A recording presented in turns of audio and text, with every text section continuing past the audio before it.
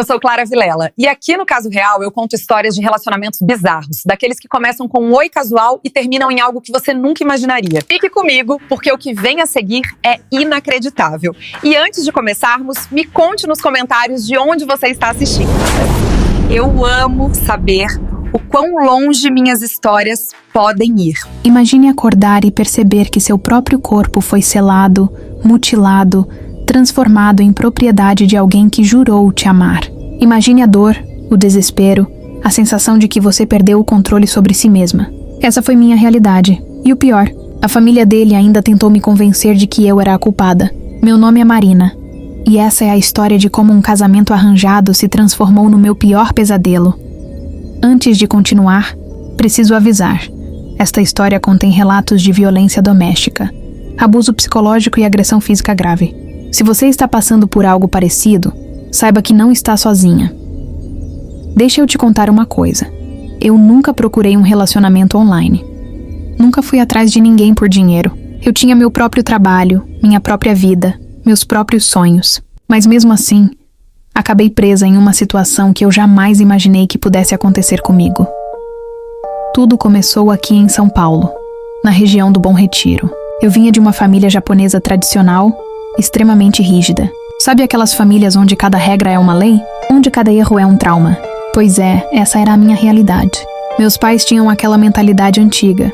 Japonês tem que casar com japonês. Ponto final. Eu estava terminando a faculdade, procurando trabalho sem muito sucesso, mas mantendo as aparências. Era vaidosa, sim. Tinha meus flertes, meus paqueras, mas sabia que nada daquilo poderia ser sério. No fundo da minha mente, eu tinha certeza de que acabaria com um japonês. Mas eu esperava, ingenuamente, um final feliz.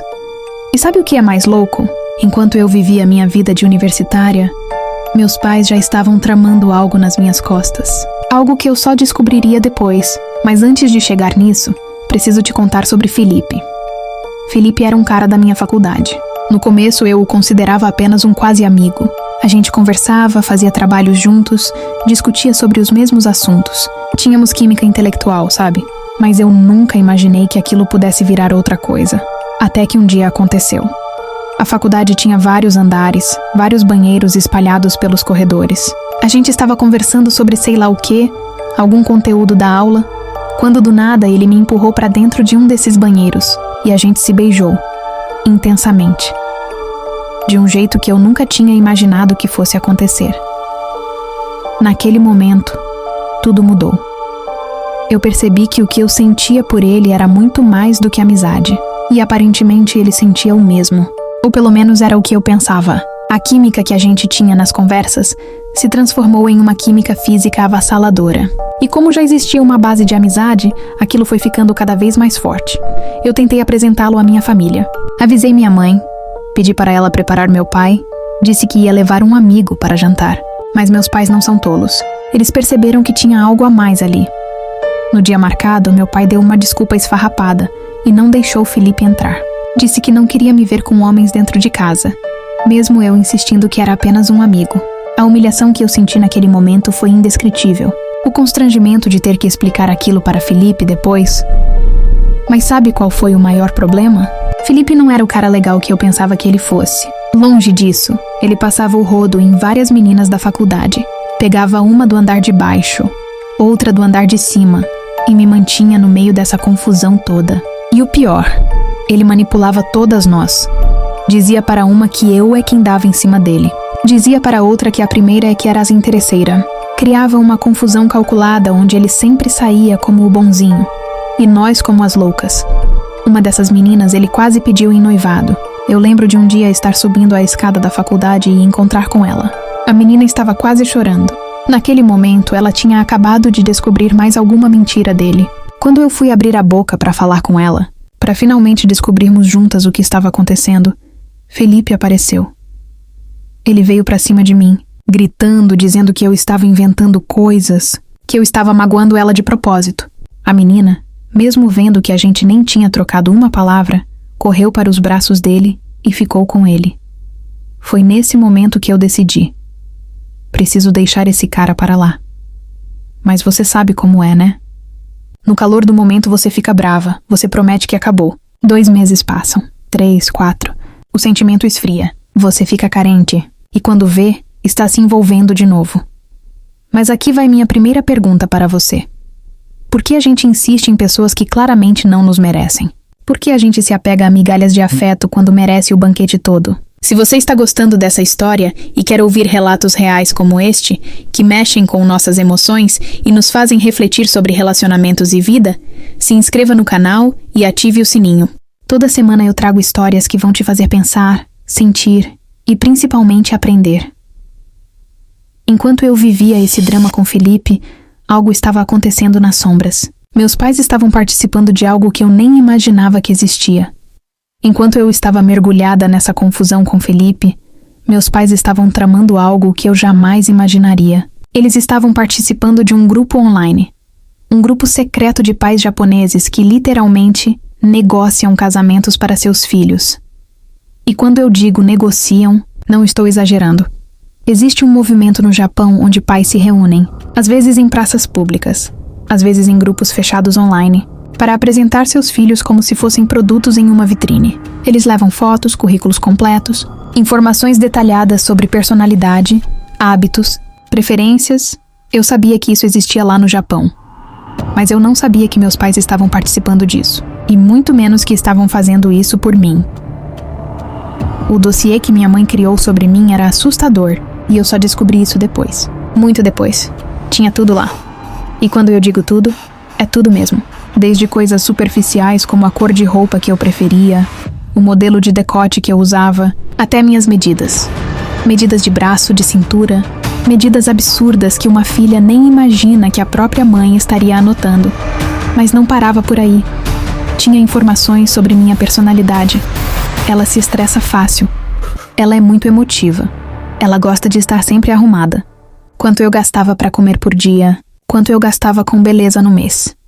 Se eu usava esmaltes. Se eu preferia cabelo natural ou alisado. Quanto tempo eu já tinha namorado. Com quantos caras eu já tinha ficado. Era como se eu fosse um produto sendo analisado para uma compra. E a parte mais perturbadora? Todas as outras famílias faziam a mesma coisa com suas filhas e filhos. Os pais faziam um match baseado nesses dossiês. Decidiam que determinado rapaz seria perfeito para determinada menina. E então, de forma consciente ou inconsciente, arranjavam um jeito desse encontro acontecer. Alguns eram diretos. Você vai se encontrar com fulano, porque decidimos que ele é o certo para você. Outros eram mais sutis, como no meu caso. Marina, olha, conhecemos um amigo da família, um rapaz muito educado. Vamos jantar juntos essa semana, você vem junto? O rapaz que deu match comigo no sistema dos meus pais estava no Japão. Não estava aqui no Brasil.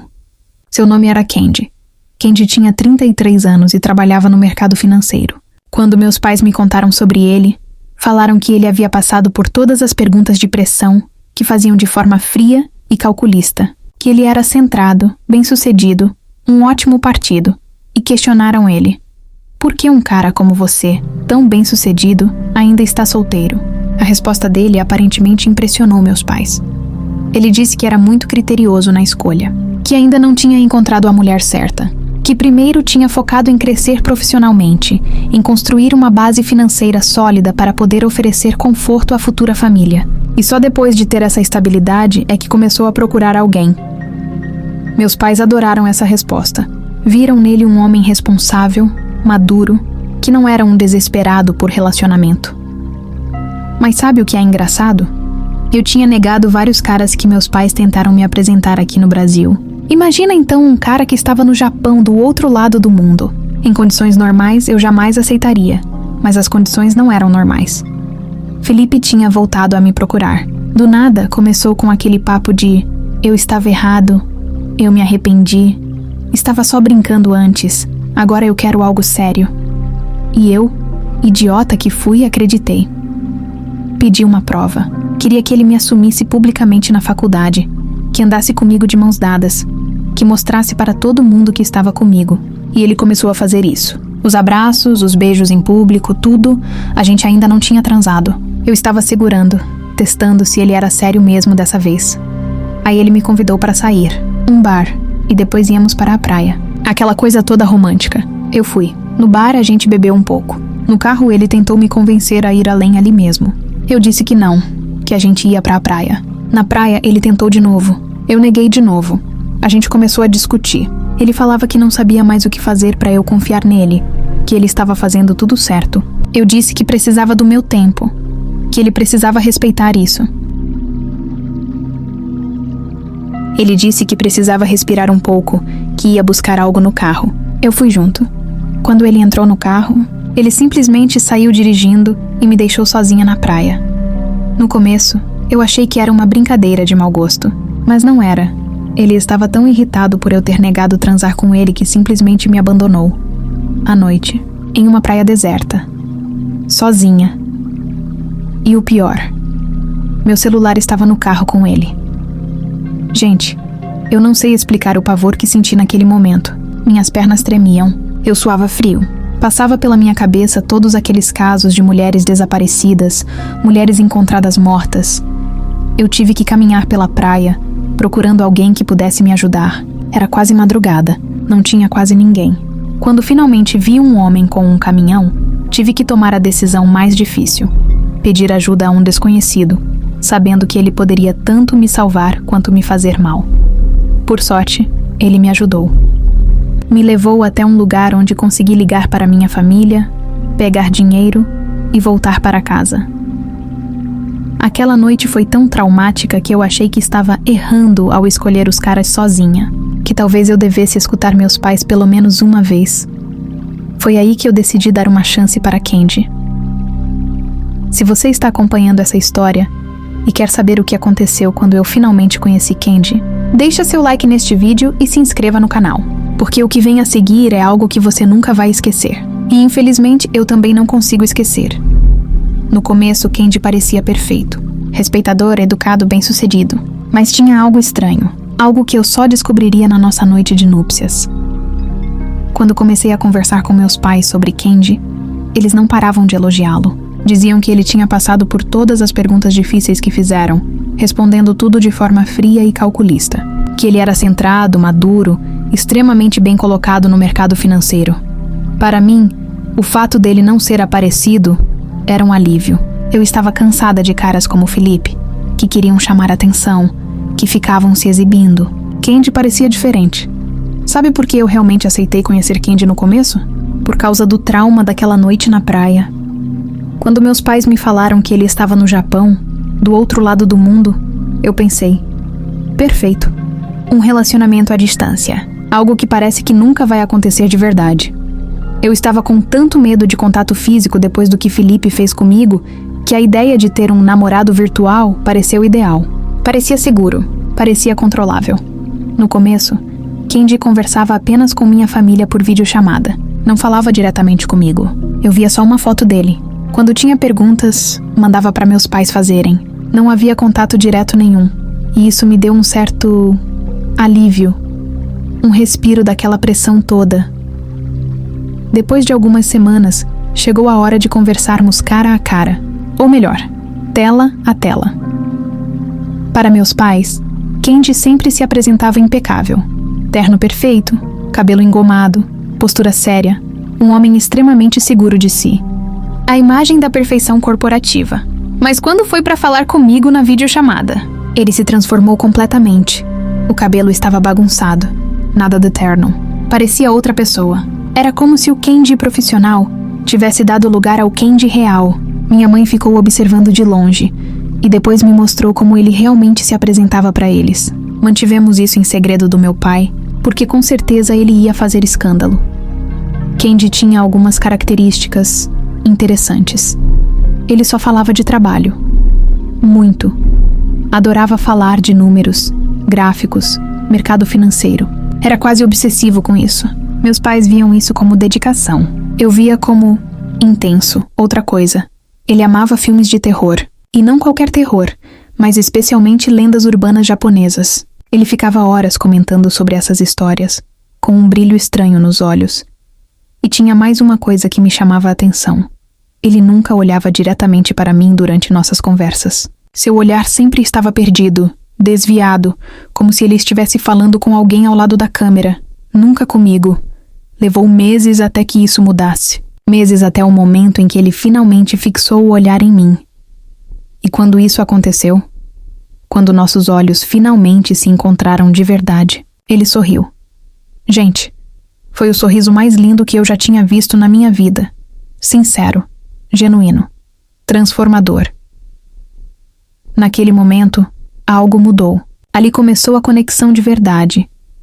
Mas enquanto eu começava a me abrir para essa possibilidade, meus pais estavam armando mais uma jogada. Eu não conseguia trabalho aqui no Brasil de jeito nenhum. Estava procurando estágio em todas as áreas, mandando currículos para todo lado e nada. A frustração estava me consumindo, até que meus pais vieram com uma novidade. Tinham conseguido uma oportunidade de trabalho para mim. Adivinha onde? No Japão. Antes de eu tomar qualquer decisão sobre a proposta de trabalho, Kendi veio me visitar no Brasil. E foi tranquilo. Surpreendentemente tranquilo. Não teve problema nenhum. Não deu sinal de alerta nenhum. Ficamos nos amassos, nas carícias, e foi muito intenso. Eu gostei. Muito. Me fez pensar seriamente em continuar aquilo. Ele era educado, respeitador. E diferente de muitos caras que conheci, ele não tinha aquela mentalidade de mulher tem que ficar em casa cuidando da família. Pelo contrário, ele me incentivava a buscar o trabalho no Japão, a me desenvolver, a ser uma mulher de negócios. Isso foi fundamental para mim. Eu precisava saber que ele não ia me prender. Mas antes de Kendi chegar ao aeroporto no Brasil, minha mãe fez algo que me deixou completamente travada. Ela chegou com uma lista. Uma lista de tudo que ela tinha falado sobre mim para a família dele. De tudo que ela tinha colocado no maldito dossiê, e muito do que estava ali não era verdade. Ela tinha me pintado como uma santa, uma mulher delicada, submissa, perfeitamente comportada. Só faltava o véu de Virgem Maria. Eu olhei para ela em pânico. Mãe, por que você falou tudo isso? Eu não sou assim! Ele vai perceber que eu sou diferente! A resposta dela? Marina, quanto mais delicada e sensível você parecer, mais ele vai se interessar. É assim que funciona. Espertinha? A mamãe. Então eu fiquei travada. Com medo de ser eu mesma e decepcionar. Com medo de ele perceber a mentira e ir embora. Mas depois que a gente se soltou nos amassos, eu fui eu. Completamente eu. E ele não julgou. Não reclamou. Não teve problema nenhum com o fato de eu não ser aquela santa que minha mãe tinha descrito. Depois dos nossos momentos juntos, ele entrou no escritório com meu pai. E ficaram lá trancados por horas. 2, 3 horas sem abrir aquela porta. Eu ficava imaginando o que diabos eles estavam conversando por tanto tempo. Olha, eu não queria ir para o Japão só para ficar na casa dele sem fazer nada. A gente ainda não tinha transado. E pelo jeito que as coisas estavam caminhando, isso só ia acontecer depois do casamento. Eu queria o trabalho. Queria minha independência. Queria ter certeza de que não ficaria dominada por ele, dependente dele para tudo. Então eu fui. Mas fui primeiro por causa do trabalho. Queria testar se aquilo ia dar certo antes de me comprometer de verdade com o casamento. No começo, deu muito certo. O trabalho pagava bem. A questão do lugar para morar estava resolvida. Mas a adaptação... Gente, a adaptação foi brutal. A carga de trabalho no Japão é desumana. Você não para. Literalmente. Eles querem robôs, não pessoas. Eu comecei a ter dores no corpo. Dores muito fortes e inexplicáveis. Ia no médico e não descobriam nada de errado. Mas as dores continuavam. E foi nesse momento que Kendi mostrou um lado dele que me fez apaixonar de verdade. Ele estava sempre ali para me ajudar. De uma forma tranquila, sem estresse, sem cobranças. Um dia, eu estava tão exausta que não conseguia nem andar direito. Ele me carregou no colo. Fazia massagens em mim. Me dava comida. Fazia tudo o que podia para me ajudar. Uma vez eu fiquei tão doente no trabalho que peguei algo parecido com uma gripe fortíssima. Ele cuidou de mim como ninguém nunca tinha feito. Dava comida na minha boca. Penteava meu cabelo. Fazia as tarefas da casa que eu precisava fazer. Ele estava nessa de querer construir uma família.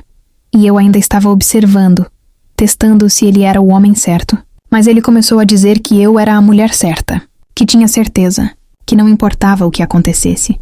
Ele estaria sempre ali por mim. Mas então, eu perdi o trabalho. Perdi o trabalho em poucos meses. Eles simplesmente me descartaram. Eu acho que não estava dando conta energeticamente. Algumas vezes me pegaram cochilando no trabalho porque eu estava exausta. Mas para eles, isso é inaceitável. Eles querem máquinas, robôs que trabalham 16 horas por dia sem reclamar. Eu não estava acostumada com isso. No Brasil, eu tinha minha faculdade e voltava para casa dos meus pais. Aqui era diferente. Eu estava sozinha, em outro país, tentando provar algo para todo mundo. Quando mudou tudo isso, essa adaptação brutal deu um nó na minha cabeça. E Kendi estava ali, sempre ali. Quando perdi o trabalho, entrei em pânico. Pensei, agora eu preciso arranjar outro trabalho urgente, pagar o aluguel, comprar comida, tudo. E eu não queria aceitar a ajuda dele. Não queria que ele pagasse as coisas. Não queria aceitar nem comida. E não queria contar para meus pais porque seria uma vergonha enorme. Eles estavam apostando em mim e eu tinha falhado. Foi quando Kendi me deu a ideia. Marina, por que você não fica um pouco na minha casa? Só até conseguir outro trabalho. Assim você não precisa se preocupar com o aluguel e pode focar em encontrar algo melhor.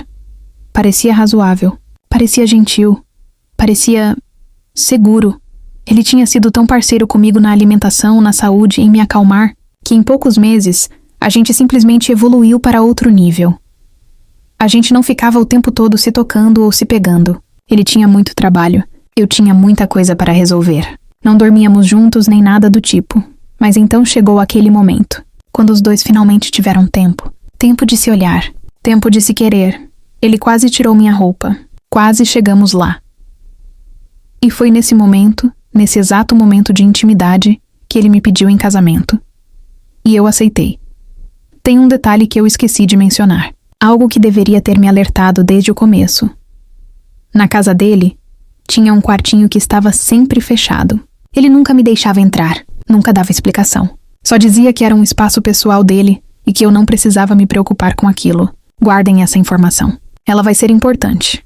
Depois de casados, o que um homem espera? Principalmente um homem que estava há tanto tempo esperando pela mulher certa, principalmente quando a gente ainda não tinha feito nada.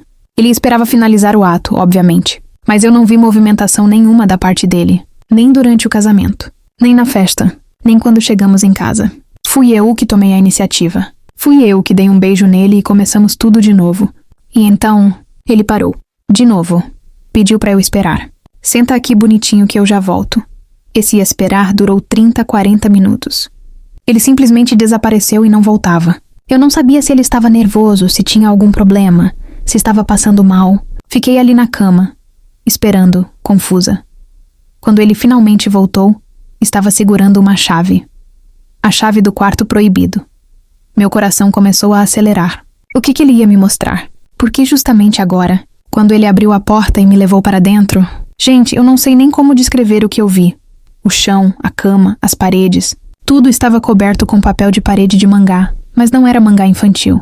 Não eram aqueles desenhos fofos de anime. Era mangá hentai. Mangá pornográfico. Desenhos explícitos de posições sexuais impossíveis. De corpos contorcidos de formas bizarras. De situações que eu nunca tinha visto na minha vida. Tinha desenhos de cabeça para baixo, pernas para o ar. Pessoas em posições que nem pareciam anatomicamente possíveis. Era uma coisa surreal. Eu olhei para aquilo e pensei, meu Deus, o que vai ser de mim agora? Mas a coisa piorou. Ele me colocou para sentar em uma mesinha pequena, como se eu fosse uma criança na aula de educação infantil, e começou a tirar desenhos de uma gaveta. Desenhos que ele tinha feito. E, gente, cada desenho era mais perturbador que o outro. Poses impossíveis. Ideias de usar frutas, objetos, acessórios estranhos. Posições que simplesmente não existiam de se fazer na vida real. Ele foi me mostrando cada um e perguntando: você gosta disso? Você gostaria de fazer isso? Pode falar o que não gosta também. Eu fiquei paralisada. Como eu ia dizer que gostava de alguma coisa ali se eu nunca tinha experimentado nada daquilo? E mais, como qualquer pessoa experimentaria aquelas coisas? Era bizarro demais, surreal demais para ser real, então ele me deu uma folha de papel e uma caneta. Você pode se expressar também. Desenha o que você quer. Acho interessante a gente ter isso definido antes de ir para o ato. Assim estaremos mais livres e abertos para fazer. Eu olhei para aquela folha em branco e pensei: meu Deus, eu só queria algo normal. Uma coisa tradicional. Um momento de amor. Eu só sabia desenhar 2 pauzinhos. Aquele bonequinho de criança. O desenho dele era profissional, em 3D, com sombreamento, proporções perfeitas. E ele queria que eu desenhasse minhas fantasias? Eu não tinha fantasias daquele tipo. Comecei até a duvidar se aquelas coisas existiam em filmes. Duvidei. E estava certa. Eu disse para ele: Kendi, Eu não sei desenhar. Ele me olhou com uma cara estranha. Você está com vergonha? Tem alguma coisa me retraindo? Fiz algo errado? Ele começou a se afastar, ficando com uma expressão cada vez mais sinistra, quase psicótica. Não, tá tudo bem. Eu só realmente não sei desenhar. É um problema não saber? Não é problema. Então descreve que eu desenho para você. Gente, eu não tinha nada para falar. Estava tão assustada com a situação toda que não conseguia pensar em nada. Tentei explicar. Olha, espero que você me entenda. Eu não estou acostumada com isso. No Brasil é super normal. A gente só faz. Estava fluindo tão bem entre a gente, não precisava ter parado para isso. Mas eu me sinto bem com isso. E a minha mulher, que eu escolhi a dedo, que eu tenho certeza que é você, vai saber fazer isso. Vai saber descrever. Ele pegou o papel e a caneta e começou a fazer perguntas diretas. Por cima ou por baixo? E foi trazendo ideias, situações, posições. Queria que eu respondesse sim ou não para cada coisa. Eu ia timidamente falando sim ou não. Mas nada daquilo me agradava. Porque ele não estava fazendo algo que a gente pudesse estar fazendo ali, ao vivo, naquele momento. Parecia que ele estava postergando, adiando o ato em si. E eu não entendia por quê. Como se os desenhos não fossem suficientes, vieram os vídeos também. Vídeos de hentai. Alguns ele tinha baixado, outros ele mesmo tinha feito. A tela enorme do computador dele tinha pastas e mais pastas organizadas. Lua de mel com minha esposa. Primeira vez com minha esposa. Aniversário com minha esposa. Cada pasta tinha dezenas de vídeos e imagens com as situações que ele queria reproduzir. E então eu entendi. Ele não estava com pressa. Ele estava testando as posições comigo, como se fôssemos fazer um ensaio antes do espetáculo. Parecia que ele tinha medo. Medo de que algo desse errado na hora.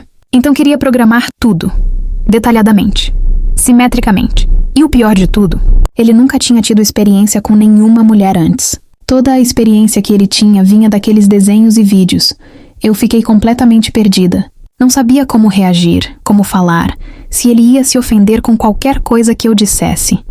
Comecei a conversar sobre tudo isso com pessoas do Brasil pelo celular. Conversava com amigas, com amigos homens, até com ex-ficantes. Eu precisava de alguém que me dissesse que eu não estava enlouquecendo, que aquilo realmente era estranho. E eu gostava dele, tá? Então eu não sabia como lidar com a situação. Não sabia como passar aquilo para frente. Como conversar sobre o assunto sem magoá-lo. Fui detalhando tudo no celular, porque nem eu estava acreditando no que estava vivendo. Até que finalmente chegou a hora do vamos ver, a hora de realmente tentar consumar o casamento. Essa enrolação toda durou dias. E não sei se foi porque eu passei alguma segurança para ele, ou porque ele finalmente se convenceu de que estava tudo bem, mas fomos para o ato. E foi aí que eu entendi o motivo de toda aquela insegurança. Como eu vou explicar isso de forma delicada? O Naruto do Kenji. Se um giz inteiro fosse o tamanho médio, o dele era só a pontinha da cabeça do giz. E olha, estou sendo generosa. Vamos colocar aí metade da cabeça do giz.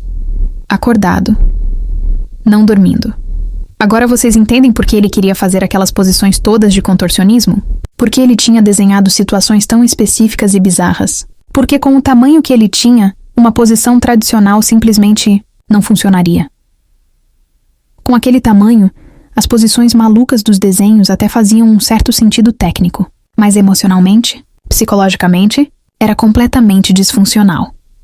Gente, vou ser bem sincera com vocês. Eu conheço outros jeitos de satisfazer e ser satisfeita em um relacionamento. Existem várias formas de um casal ter intimidade e prazer que não dependem apenas do ato tradicional. E eu estava aberta a tentar essas coisas. De tanto que eu queria que aquilo desse certo, eu estava disposta a explorar alternativas. Não dentro da doideira dos desenhos dele, mas dentro de uma normalidade, de coisas que um homem e uma mulher podem fazer juntos para se satisfazerem mutuamente. Tentei conversar isso com ele. Mas ele agia como se eu não estivesse enxergando a realidade. Como se estivesse tudo normal. Como se não houvesse problema nenhum. Como se não precisássemos discutir alternativas. Para ele tinha todos os instrumentos necessários para fazer tudo aquilo que tinha desenhado. Afinal, ele tinha passado anos desenhando, planejando, esperando pela mulher certa. Eu tentei de várias formas fazer ele entender.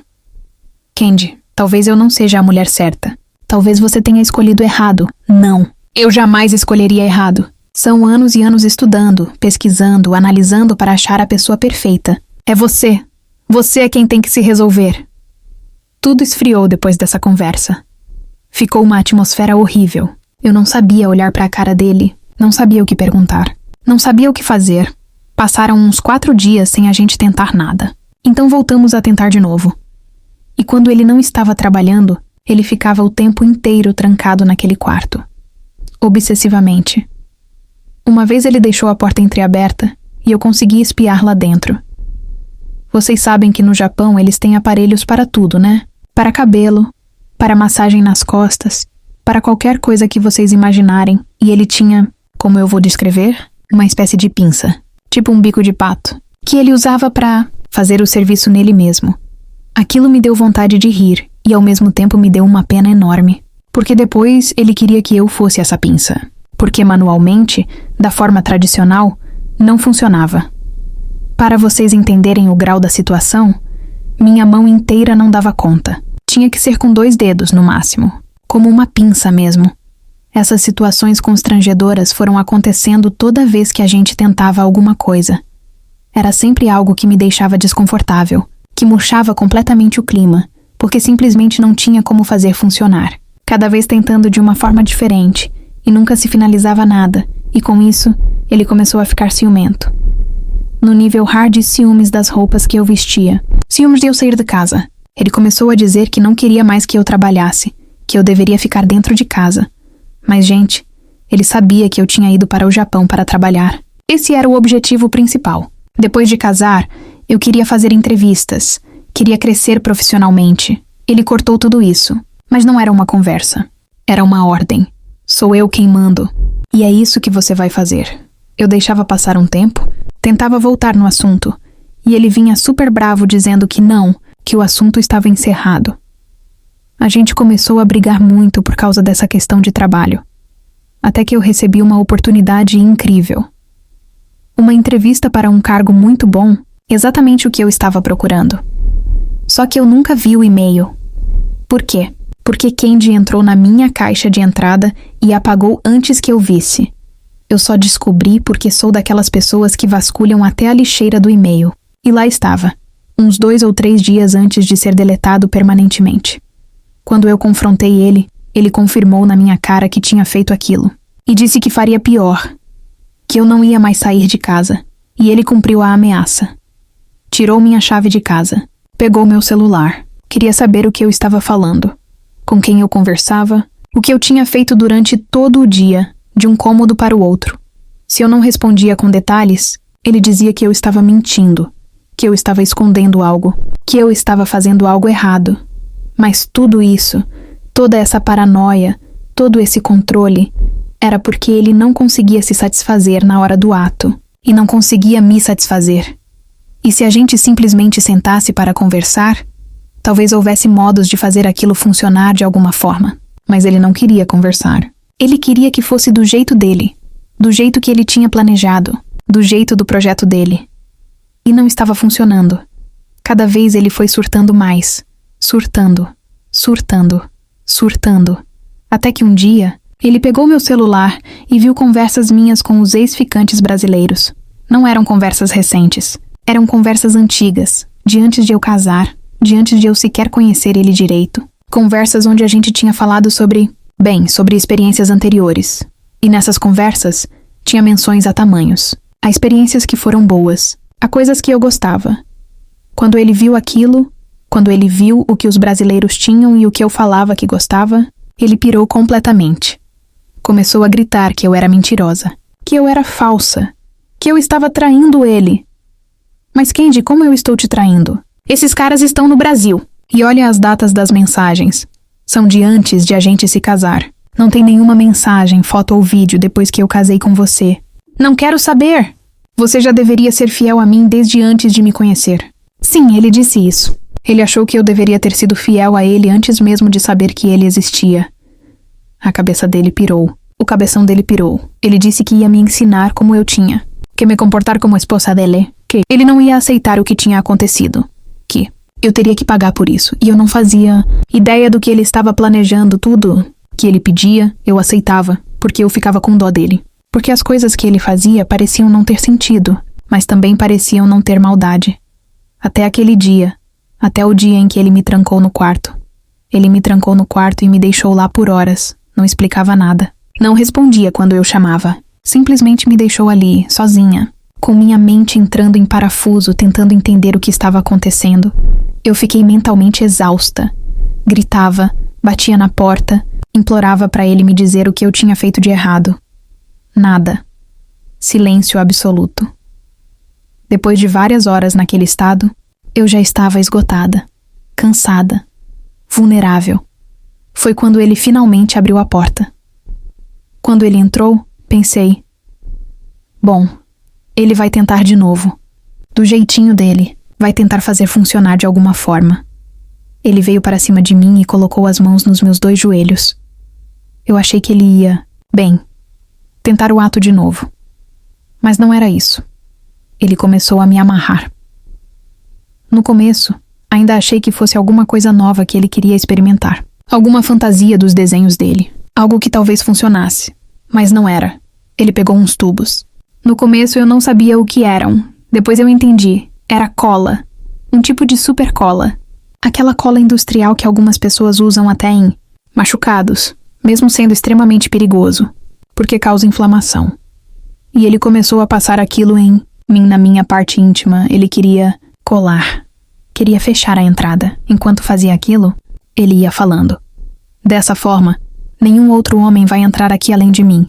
Quando eu quiser fazer alguma coisa, aí sim eu vou limpar com água quente e vou te usar. Mas enquanto isso, você vai ficar com isso fechado. Se você quer trabalhar, se você quer ter vida, vai ser assim, fechada. Porque eu não confio mais em você. Gente, eu não sei como explicar a dor. Era uma dor que ardia, que queimava, que assava por dentro, como se estivesse pegando fogo. Eu tentava pedir ajuda, tentava gritar, mas ele me amordaçou para eu não fazer barulho. E ele não fez isso só uma vez, ele fazia todos os dias. Porque cola não fecha de uma vez só, né? Você precisa ir aplicando várias vezes, em camadas, para ter o efeito que ele queria. Então todo dia ele entrava, observava, e se visse que alguma coisa estava despontando, como ele dizia, ele aplicava mais cola. Ele me levava para o banheiro quando eu precisava, me dava água, me alimentava, e quando eu fazia as necessidades, ele limpava e passava a cola de novo. Foram dias assim. Chegou um ponto em que já não tinha mais como tirar tudo, porque ele tinha aplicado tantas camadas, tantas vezes, que começou a me prejudicar seriamente. A região começou a inflamar, a queimar, a ficar em carne viva, e ele viu que estava piorando. Viu que ia chegar uma hora que não teria mais saída para o que ele estava fazendo. Eu falava para ele: Kendi, você está louco. Não faz isso. Está doendo. Está ardendo. Está piorando. Você vai ter que me levar para o hospital. E ele respondia: não, você está exagerando. Eu já estudei sobre isso. Já vi na internet como cuidar, como tratar. Sei exatamente até onde posso ir. Ele achava que era expert no assunto por ter lido coisas na internet. O importante é que ninguém chegue perto de você. E eu sei o que estou fazendo. Estou guardando meu presente. Minha joia rara. A dor foi ficando cada vez mais insuportável, a ponto de eu não conseguir pensar em mais nada. Eu não entendia a lógica dele. Ele não fazia nada comigo de qualquer jeito. Não tinha como eu estar atraindo ninguém. Eu estava trancada no quarto. Eu não saía. Por que ele precisava fazer essa maldade comigo? Eu falava para ele que ele ia pagar por aquilo. Que ele sabia que aquilo ia dar muito problema. Que ele teria que me levar ao hospital a qualquer momento. E ele continuava insistindo que não. Que ele tinha visto tutoriais. Que sabia exatamente o que estava fazendo. Que sabia até onde podia ir. A dor chegou a um ponto em que eu não pensava mais em consequências. Eu só queria sair. Comecei a procurar algo no quarto que pudesse me ajudar a escapar. E então eu vi uma caneta. Mas não era uma caneta comum. Era uma caneta com a ponta super afiada, pontuda. Tipo aquelas canetas especiais japonesas. Eu comecei a ficar obcecada por aquela caneta. Era a única coisa que eu via. A única coisa em que eu conseguia pensar. Meu plano era simples. Da próxima vez que ele entrasse para me dar comida e me soltasse, eu pegaria aquela caneta e ameaçaria ele. Só ameaçaria, não faria nada de verdade. Só para ele me deixar sair. Ele entrou com a comida. Como sempre, soltava meus braços, mas mantinha minhas pernas presas. Eu disse que precisava ir ao banheiro, que precisava fazer minhas necessidades. No momento em que ele começou a me soltar, eu não pensei em mais nada. Eu simplesmente voei naquela caneta. Fiquei parada na frente dele, com a caneta na mão, tremendo. Se você não me deixar sair, se você não me deixar passar, eu não sei do que eu sou capaz. Ele achou que eu estava blefando, que eu não ia fazer nada, que aquela não era eu de verdade, e veio para cima de mim com toda a força dele. Eu peguei aquela caneta e enfiei onde eu pude enfiar. No braço dele, ele se afastou, gritando de dor.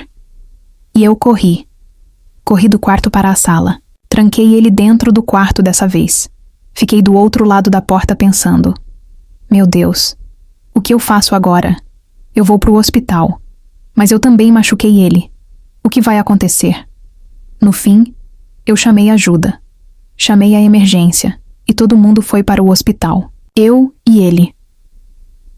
Quando eu cheguei lá, minha condição já estava grave. A região estava completamente inflamada. Porque aquele lugar precisa respirar, precisa ter circulação. E ficou fechado por dias, queimando, inflamando, apodrecendo. Ficou em carne viva.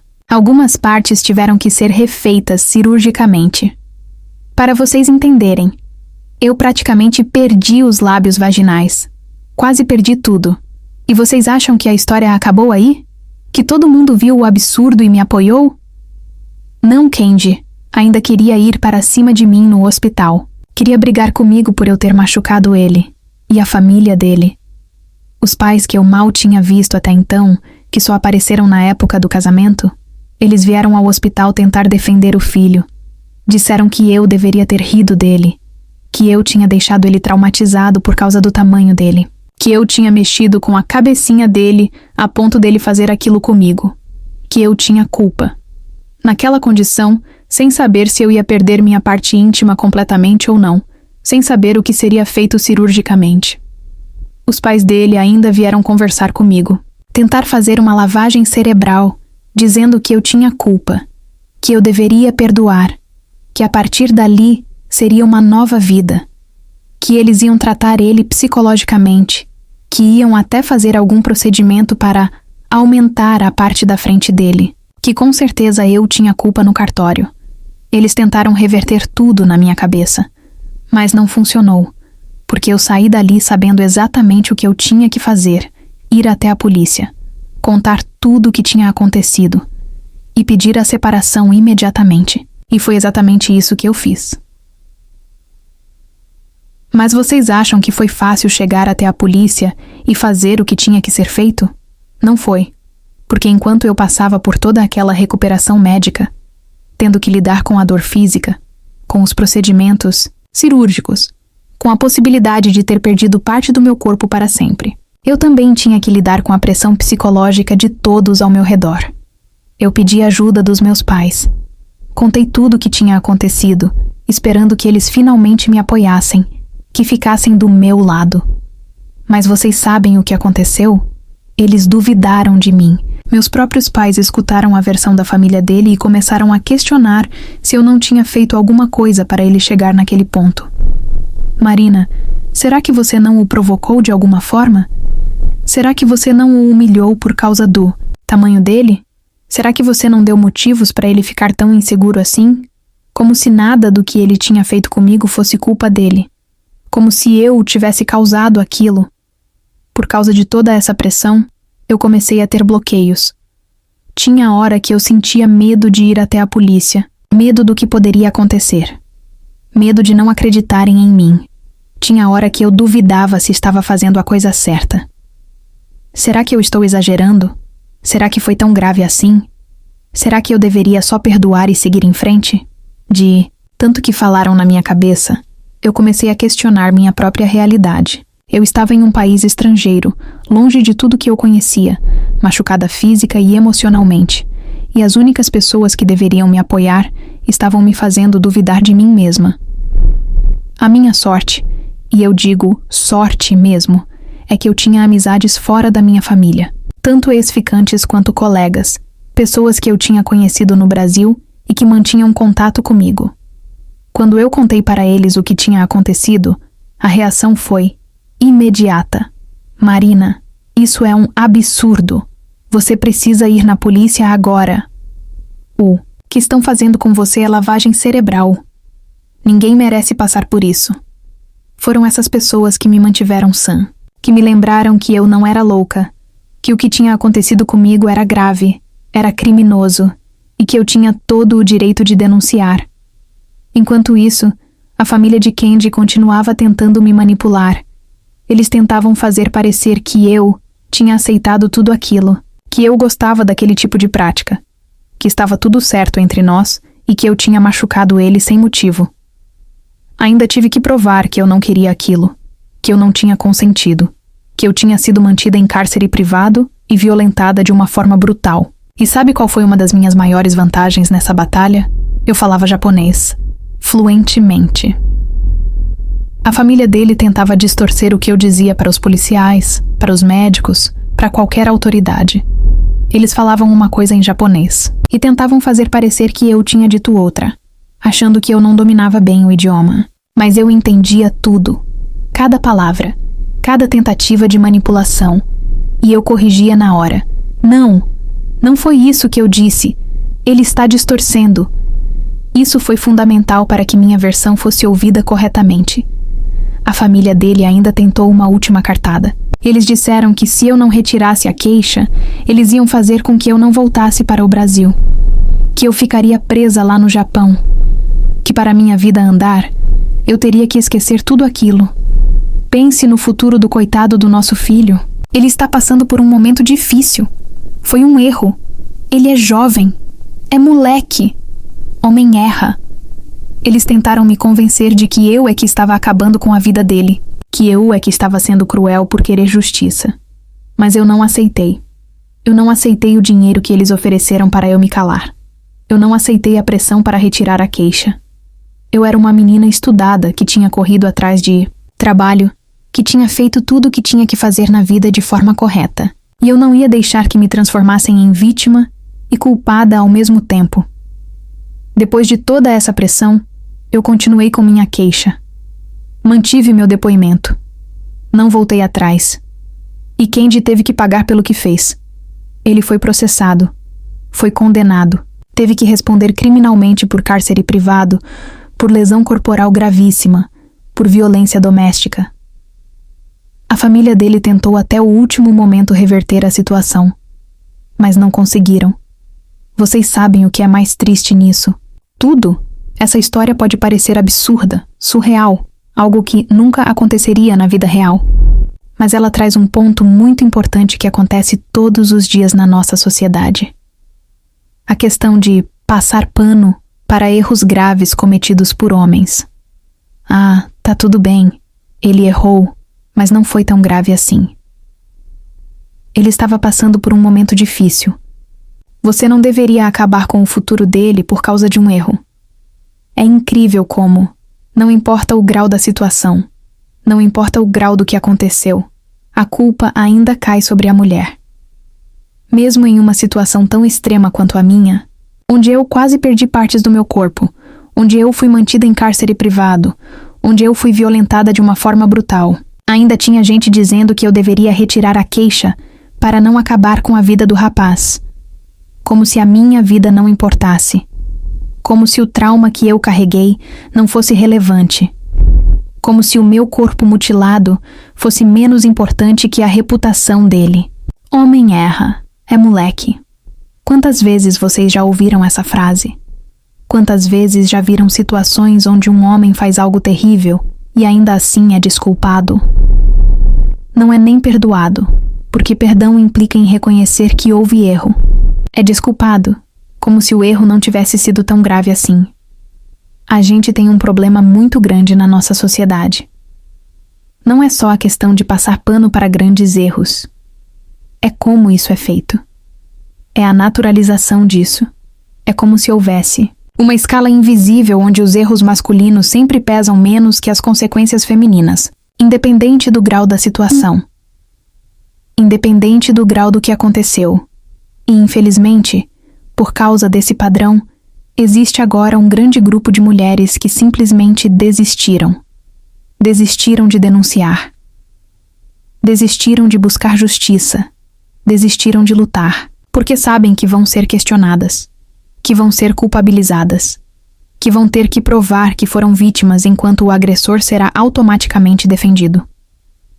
Eu tive sorte de ter amigos que me apoiaram, de saber o idioma e poder me defender, de ter força suficiente para não ceder à pressão. Mas quantas mulheres não têm isso? Quantas cedem? Quantas ficam caladas? Quantas carregam traumas para sempre porque acharam que ninguém iria acreditar nelas? Então eu pergunto para vocês, que estão assistindo isso agora. Como vocês lidam com isso nos dias de hoje? Como vocês reagem quando veem situações assim acontecendo ao seu redor? Vocês são daqueles que passam pano? Ou vocês são daqueles que apoiam a vítima, independentemente de quem seja o agressor? Porque o problema não vai mudar enquanto a sociedade continuar protegendo agressores em detrimento das vítimas. Se você está passando por algo parecido, se você está sendo pressionada a se calar, se você está sendo culpabilizada por algo que fizeram com você, saiba que você não está sozinha. Saiba que você não é louca. Saiba que você tem todo o direito de denunciar, de buscar justiça, de não aceitar o que fizeram com você. Depois de todo o processo legal, depois de garantir que Kendi responderia pelos crimes que cometeu contra mim, veio a parte mais difícil: reconstruir minha vida, porque uma coisa é ganhar na justiça. Outra coisa completamente diferente é lidar com as cicatrizes físicas e emocionais que ficaram Tive que passar por múltiplas cirurgias reconstrutivas. Os médicos fizeram o melhor que puderam para recuperar o que a cola tinha destruído. Mas algumas coisas não voltam ao que eram antes. Algumas marcas são permanentes. Cada vez que eu olhava para o meu próprio corpo, eu via a lembrança do que tinha acontecido. Via a prova física do inferno que eu tinha vivido. E isso mexeu muito comigo psicologicamente. Além das cirurgias físicas, eu precisei de muita terapia. Terapia para lidar com o trauma de ter sido aprisionada. Terapia para lidar com a violência que sofri. Terapia para lidar com a culpa que tentaram colocar em mim. Terapia para entender que nada do que aconteceu foi minha culpa, porque, mesmo sabendo racionalmente que eu era a vítima, tinha uma parte de mim que ainda questionava: será que eu poderia ter feito algo diferente? Será que eu dei algum sinal errado? Será que eu... E a resposta sempre foi: não. Nada disso foi culpa minha. Consegui finalmente voltar para o Brasil, deixar aquele país, deixar aquela casa, deixar aquele pesadelo para trás. Mas mesmo de volta à minha terra, mesmo longe fisicamente daquela situação, eu ainda carregava tudo dentro de mim. O relacionamento com meus pais ficou extremamente abalado. Como confiar em pessoas que duvidaram de você no seu pior momento? Como perdoar quem te colocou naquela situação em primeiro lugar? Levou anos pra gente reconstruir algum tipo de relação. E mesmo assim, nunca mais foi como antes. Uma das coisas mais difíceis foi voltar a confiar em relacionamentos. Como você se abre para alguém depois de ter sido traída daquela forma? Como você permite intimidade depois de ter sua intimidade violada de forma tão brutal? Eu tive que reaprender o que era um relacionamento saudável. Tive que reaprender os sinais de alerta. Tive que reaprender a confiar. Não só nos outros, mas em mim mesma. Olhando para trás agora, consigo ver claramente os sinais de alerta que eu ignorei. Quarto fechado que ele nunca me deixava entrar. A obsessão por controle e planejamento excessivo. A forma como ele evitava contato visual no começo. A falta total de experiência real com mulheres, substituída por fantasias irreais. O ciúme que começou pequeno e foi escalando. A forma como ele cortou meu acesso ao trabalho, ao celular, à liberdade. Tudo isso foram sinais. Sinais que, na época, eu racionalizei, justifiquei, ou simplesmente não reconheci como perigosos. A maior lição que eu aprendi com tudo isso: nunca ignore seu instinto. Se algo parece errado, provavelmente está errado. Se alguém está tentando te isolar, te controlar, te diminuir, saia. Não tente consertar. Não tente entender. Saia. Porque pessoas que amam de verdade não prendem, não controlam, não violentam. Se você está assistindo isso e reconhece sinais parecidos no seu relacionamento, por favor, escute. Você não precisa esperar chegar ao extremo que chegou comigo para sair. Você não precisa ter provas suficientes para terminar. Você não precisa da aprovação de ninguém para deixar alguém que te faz mal. No Brasil, existe a Central de Atendimento à Mulher, 180. Funciona 24 horas, todos os dias da semana. É gratuito e sigiloso. Existe também a opção de denúncia online através do site do Ministério da Mulher, da Família e dos Direitos Humanos. Se você está em perigo imediato, ligue para a polícia. 190. Se você está em um relacionamento abusivo, procure ajuda. Converse com pessoas de confiança. Não se isole. Essa história também levanta questões importantes sobre casamentos arranjados e a pressão cultural. Não estou dizendo que todos os casamentos arranjados são ruins, mas quando existe pressão, manipulação, falta de escolha real, isso é um problema. Nenhuma tradição cultural justifica colocar alguém em uma situação de perigo ou abuso. Seus pais podem ter boas intenções. Sua família pode achar que está fazendo o melhor para você, mas no final é a sua vida, é o seu corpo, é a sua escolha. A parte mais assustadora de toda essa história não foi nem o que Kendi fez comigo, foi a reação das pessoas ao redor. Foi a facilidade com que tentaram me culpar. Foi a rapidez com que tentaram proteger meu agressor em vez de me proteger. Foi a naturalidade com que disseram: homem erra, é moleque mesmo diante de um crime tão horrível. Enquanto a sociedade continuar dando desculpas para agressores, enquanto continuarmos colocando a reputação de homens violentos acima da segurança de mulheres, nada vai mudar. Precisamos parar de perguntar: o que ela fez para provocar isso? E começar a perguntar: o que há de errado com ele? Precisamos parar de proteger agressores e começar a proteger vítimas. Precisamos parar de passar pano e começar a responsabilizar. Hoje, anos depois, eu estou reconstruída. Ainda tenho cicatrizes. Ainda tenho momentos difíceis. Ainda tenho gatilhos.